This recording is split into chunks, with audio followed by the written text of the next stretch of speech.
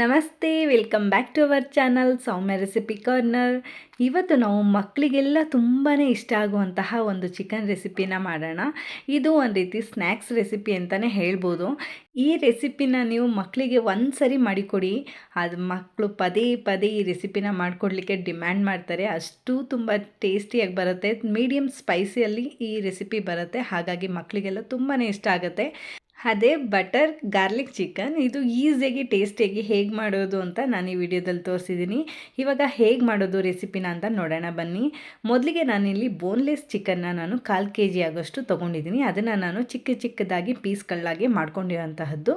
ಇದಕ್ಕೆ ನಾನಿವಾಗ ಮ್ಯಾರಿನೇಟ್ ಆಗಲಿಕ್ಕೆ ಸ್ವಲ್ಪ ಸಾಲ್ಟು, ರುಚಿಗೆ ತಕ್ಕಷ್ಟು ನಾನು ಉಪ್ಪನ್ನ ಇಲ್ಲೇ ಸೇರಿಸ್ತಾ ಇರುವಂತಹದ್ದು. ಜೊತೆಗೆ ನಾನು ಅರ್ಧ ಟೇಬಲ್ ಸ್ಪೂನ್ ಆಗೋಷ್ಟು ಪೆಪ್ಪರ್ ಪೌಡರ್ ಮತ್ತು 1 ಟೇಬಲ್ ಸ್ಪೂನ್ ಆಗೋಷ್ಟು ಕಾರ್ನ್ಫ್ಲೋರ್, ಹಾಗೆ 1 ಟೇಬಲ್ ಸ್ಪೂನ್ ಆಗೋಷ್ಟು ವಿನೆಗರ್ನ ಸೇರಿಸ್ಕೊತಾ ಇದ್ದೀನಿ. ವಿನೆಗರ್ ಇಲ್ಲ ಅಂದರೆ ನೀವು ಲೆಮನ್ ಜ್ಯೂಸ್ನು ಕೂಡ ನೀವು ಆ್ಯಡ್ ಮಾಡ್ಕೊಬೋದು. ಇದನ್ನು ನಾವು ಇವಾಗ ಮಿಕ್ಸ್ ಮಾಡಿಕೊಂಡು ಅರ್ಧ ಗಂಟೆ ಆದರೂ ಮ್ಯಾರಿನೇಟ್ ಆಗಲಿಕ್ಕೆ ಬಿಡೋಣ. ಇವಾಗ ನಾನು ಮ್ಯಾರಿನೇಟ್ ಆಗಿರುವಂತಹ ಚಿಕನ್ನ ನಾನು ನಿಮಗೆ ತೋರಿಸ್ತಾ ಇದ್ದೀನಿ ನೋಡಿ. ತುಂಬ ಚೆನ್ನಾಗಿ ಇವಾಗ ಇದು ಮ್ಯಾರಿನೇಟ್ ಆಗಿ ರೆಡಿಯಾಗಿದೆ, ನೀವು ನೋಡ್ತಾ ಇರ್ಬೋದು. ಈಗ ನಾನು ಒಂದು ಪ್ಯಾನ್ ಇಟ್ಕೊಂಡಿದ್ದೀನಿ. ಪ್ಯಾನ್ಗೆ ನಾನು 1 ಕ್ಯೂಬ್ಸ್ ಅಷ್ಟು ಬಟರ್ನ ನಾನು ಸೇರಿಸ್ತಾ ಇದ್ದೀನಿ.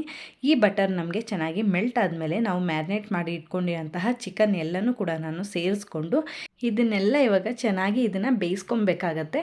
ಚಿಕನ್ ನಮಗೆ ಇಲ್ಲಿ 70 to 80% ಹೀಗೇ ಕುಕ್ ಆಗಬೇಕಾಗತ್ತೆ. ನೀವು ನೋಡ್ತಾ ಇರ್ಬೋದು, ಚಿಕ್ಕ ಚಿಕ್ಕದಾಗಿ ಪೀಸ್ಗಳಾಗಿ ನಾವು ಕಟ್ ಮಾಡಿ ತೊಗೊಂಡಿರೋದ್ರಿಂದ ಚಿಕನ್ನು ಬೇಯಲಿಕ್ಕೆ ತುಂಬ ಟೈಮ್ ಏನು ತೊಗೊಳ್ಳಲ್ಲ. ಜೊತೆಗೆ ನಾವು ಬೋನ್ಲೆಸ್ ಪೀಸ್ ತೊಗೊಂಡಿರೋದ್ರಿಂದ ಚಿಕನು ಬೇಗನೆ ಬೇಯುತ್ತೆ. ಇದೇ ರೀತಿಯಾಗಿ ನಾವು ಬೇಯಿಸ್ಕೊಬೇಕಾಗತ್ತೆ. ನೀವು ನೋಡ್ತಾ ಇರ್ಬೋದು, ಆಲ್ಮೋಸ್ಟ್ ಇವಾಗ ಕಲರ್ ಎಲ್ಲ ಚೇಂಜ್ ಆಗಿ ನಮಗೆ ಕುಕ್ ಆಗ್ತಾ ಇದೆ ಚಿಕನ್ನು. ಹಾಗೆ ನೀವು ನೋಡ್ತಾ ಇರ್ಬೋದು, ಈ ಚಿಕನ್ನು ಯಾವುದೇ ರೀತಿಯಾದಂತಹ ನೀರನ್ನ ಬಿಟ್ಕೊಳ್ತಾ ಇಲ್ಲ, ನೀವು ನೋಡ್ತಾ ಇರ್ಬೋದು. ಹಾಗೆ ಈ ಚಿಕನ್ನ ನೀವು ಮಾಡಲಿಕ್ಕೆ ವಿತಿನ್ 15 to 20 ಮಿನಿಟ್ಸಲ್ಲಿ ನೀವು ರೆಡಿ ಮಾಡ್ಕೊಬೋದು. ತುಂಬಾ ಬೇಗ ಆಗುತ್ತೆ, ತುಂಬ ಕ್ವಿಕ್ಕಾಗೂ ಕೂಡ ಆಗುತ್ತೆ. ಟೇಸ್ಟ್ ಅಂತೂ ತುಂಬಾ ಚೆನ್ನಾಗಿ ಬರುತ್ತೆ. ಇವಾಗ ನೀವು ನೋಡ್ತಾ ಇದ್ದೀರಾ, ಚಿಕನ್ ಎಲ್ಲ ರೆಡಿಯಾಗಿದೆ. ಇವಾಗ ನಾನು ಇದನ್ನು ಒಂದು ಪ್ಲೇಟಲ್ಲಿ ತೆಗೆದು ಇಟ್ಕೊಂಡ್ಬಿಡ್ತೀನಿ. ನೋಡಿ, ಇಷ್ಟು ಕುಕ್ಕಾದರೆ ನಮಗೆ ಸಾಕಾಗತ್ತೆ. ಇದನ್ನೆಲ್ಲ ನಾವು ಸಪ್ರೇಟಾಗಿ ಒಂದು ಪ್ಲೇಟಲ್ಲಿ ಇಡಬೇಕಾಗತ್ತೆ.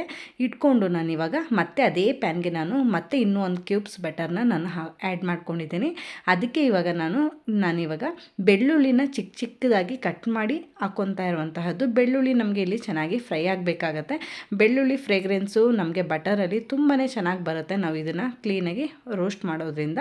ಜೊತೆಗೆ ನಾನು 1 ಟೇಬಲ್ ಸ್ಪೂನ್ ಆಗೋಷ್ಟು ಚಿಲ್ಲಿ ಫ್ಲೆಕ್ಸ್ನ ನಾನಿಲ್ಲಿ ಸೇರಿಸ್ಕೊತಾ ಇದ್ದೀನಿ, ನೀವು ನೋಡ್ತಾ ಇರ್ಬೋದು. ಅದರ ಜೊತೆಗೆ ನಾನು ಅರ್ಧ ಟೇಬಲ್ ಸ್ಪೂನ್ ಆಗೋಷ್ಟು ಮೆಣಸಿನ ಪುಡಿ ಅಂದರೆ ಪೆಪ್ಪರ್ ಪೌಡ್ರನ್ನ ನಾನು ಹಾಕ್ಕೊತಾ ಇದ್ದೀನಿ. ಅದನ್ನು ಕೂಡ ನಾವು ಹಾಕ್ಕೊಂಡು ಕ್ಲೀನಾಗಿ ಫ್ರೈ ಎಲ್ಲ ಆದಮೇಲೆ 1 ಟೇಬಲ್ ಸ್ಪೂನ್ ಆಗೋಷ್ಟು ಕಾರ್ನ್ಫ್ಲೋರ್ನ ನಾನು ಆ್ಯಡ್ ಮಾಡ್ತಾ ಇದ್ದೀನಿ.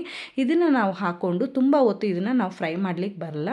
ಬೇಗನೆ ನಾವು ಇದನ್ನು 1-2 ಸೆಕೆಂಡು ಹೀಗೇ ಫ್ರೈ ಆದ ತಕ್ಷಣ ನಾವು ಒಂದು ಸಣ್ಣ ಲೋಟದಲ್ಲಿ ನಾನು ನೀರನ್ನ ಸೇರಿಸ್ತಾ ಇದ್ದೀನಿ. ನೋಡಿ, ಇದು ನೀವು ನೋಡ್ತಾ ಇರ್ಬೋದು, ಸೇರಿಸ್ತಾ ಇದ್ದಾಗೆ ಹೇಗೆ ಗಟ್ಟಿಯಾಗಿ ಕನ್ವರ್ಟ್ ಆಗ್ತಾ ಇದೆ. ಅದಕ್ಕೋಸ್ಕರ ನಾನು ನಾನು ಇನ್ನೂ ಒಂದು ಲೋಟ ಸಣ್ಣದ ಲೋಟದಲ್ಲಿ ನೀರನ್ನ ಸೇರಿಸ್ಕೊಂಡಿದ್ದೀನಿ. ಈ ಕನ್ಸಿಸ್ಟೆನ್ಸಿಗೆ ನೀವು ಮಾಡ್ಕೊಬೇಕಾಗತ್ತೆ. ಅದ್ರ ಜೊತೆಗೆ ನಾನು ರುಚಿಗೆ ತಕ್ಕಷ್ಟು ಉಪ್ಪನ್ನು ಕೂಡ ನಾನು ಇವಾಗ ಸೇರಿಸ್ಕೊಂಡು ಚೆನ್ನಾಗಿ ಇದನ್ನು ಮಿಕ್ಸ್ ಮಾಡ್ತಾ ಇದ್ದೀನಿ. ಇದು ನಮಗೆ ಸಣ್ಣದಾಗಿ ಕುದಿ ಬರಲಿಕ್ಕೆ ಸ್ಟಾರ್ಟ್ ಆಗಿದೆ ನೋಡಿ. ಈ ಟೈಮಲ್ಲಿ ನಾವು ಬೇಯಿಸಿ ಇಟ್ಕೊಂಡಿರುವಂತಹ ಚಿಕನ್ ಎಲ್ಲನೂ ಕೂಡ ನಾನು ಆ್ಯಡ್ ಮಾಡ್ತಾ ಇದ್ದೀನಿ. ಇದನ್ನು ನಾವು ಆ್ಯಡ್ ಮಾಡಿಕೊಂಡು ಈ ರೀತಿ ಒಂದು 5 ನಿಮಿಷಗಳ ಕಾಲ ಇದೇ ರೀತಿಯಾಗಿ ಮಿಕ್ಸ್ ಮಾಡಿಕೊಂಡು ಕುಕ್ ಮಾಡಿಕೊಂಡ್ರೆ ರೆಡಿ ಆಗುತ್ತೆ ನೋಡಿ.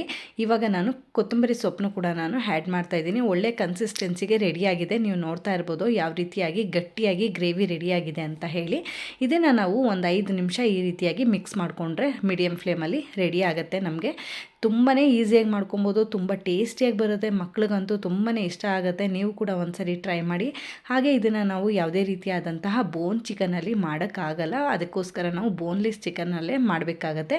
ಟೇಸ್ಟು ಕೂಡ ತುಂಬಾ ಚೆನ್ನಾಗಿ ಬರುತ್ತೆ. ನೀವು ಕೂಡ ಈ ರೆಸಿಪಿನ ಮನೇಲಿ ಒಂದ್ಸರಿ ಟ್ರೈ ಮಾಡಿದ್ಮೇಲೆ ನನಗೆ ತಪ್ಪದೆ ಕಾಮೆಂಟ್ ಮಾಡಿ ತಿಳಿಸಿ, ಓಕೆನಾ? ಐ ಹೋಪ್ ಈ ರೆಸಿಪಿ ನಿಮಗೆ ಇಷ್ಟ ಆಗಿದೆ ಅಂತ ಭಾವಿಸ್ತೀನಿ. ವಿಡಿಯೋ ಇಷ್ಟ ಆಗಿದ್ದರೆ ವಿಡಿಯೋಗೆ ಲೈಕ್, ಶೇರ್, ಕಮೆಂಟ್ ಮಾಡೋದು ಮರಿಬೇಡಿ. ಹಾಗೆ ವಿಡಿಯೋ ಯೂಸ್ಫುಲ್ ಅನ್ಸರೆ ನಿಮ್ಮ ಫ್ರೆಂಡ್ಸ್ ಆ್ಯಂಡ್ ಫ್ಯಾಮಿಲಿಗೂ ಕೂಡ ವಿಡಿಯೋನ ಶೇರ್ ಮಾಡಿ ಅಂತ ಕೇಳ್ತಾ, ಯಾರೆಲ್ಲ ನನ್ನ ಚಾನಲ್ನ ಸಬ್ಸ್ಕ್ರೈಬ್ ಮಾಡ್ಕೊಂಡು ನೋಡ್ತಾ ಇದ್ದೀರಾ, ಥ್ಯಾಂಕ್ ಯು ಸೋ ಮಚ್. ಹಾಗೆ ಸಬ್ಸ್ಕ್ರೈಬ್ ಮಾಡ್ಕೊಳ್ದೆ ನೋಡ್ತಾ ಇದ್ದಾರೆ, ಈ ಕೂಡಲೇ ಸಬ್ಸ್ಕ್ರೈಬ್ ಮಾಡ್ಕೊಳ್ಳಿ. ಹಾಗೆ ನೋಟಿಫಿಕೇಷನ್ ಆನ್ ಮಾಡ್ಕೊಳ್ಳೋದ್ರಿಂದ ನಾನು ಹಾಕೋ ಪ್ರತಿ ವಿಡಿಯೋನೂ ಕೂಡ ನೀವು ಮಿಸ್ ಮಾಡದೆ ನೋಡ್ಬೋದು ಅಂತ ಹೇಳ್ತಾ, ಮುಂದಿನ ರೆಸಿಪಿಯೊಂದಿಗೆ ಸಿಗ್ತೀನಿ. ಅಲ್ಲಿವರೆಗೂ ನನ್ನ ಪ್ರೀವಿಯಸ್ ವಿಡಿಯೋನ ಚೆಕ್ಔಟ್ ಮಾಡ್ತಾ ಇರಿ. Thank you so much for watching this video. Stay tuned.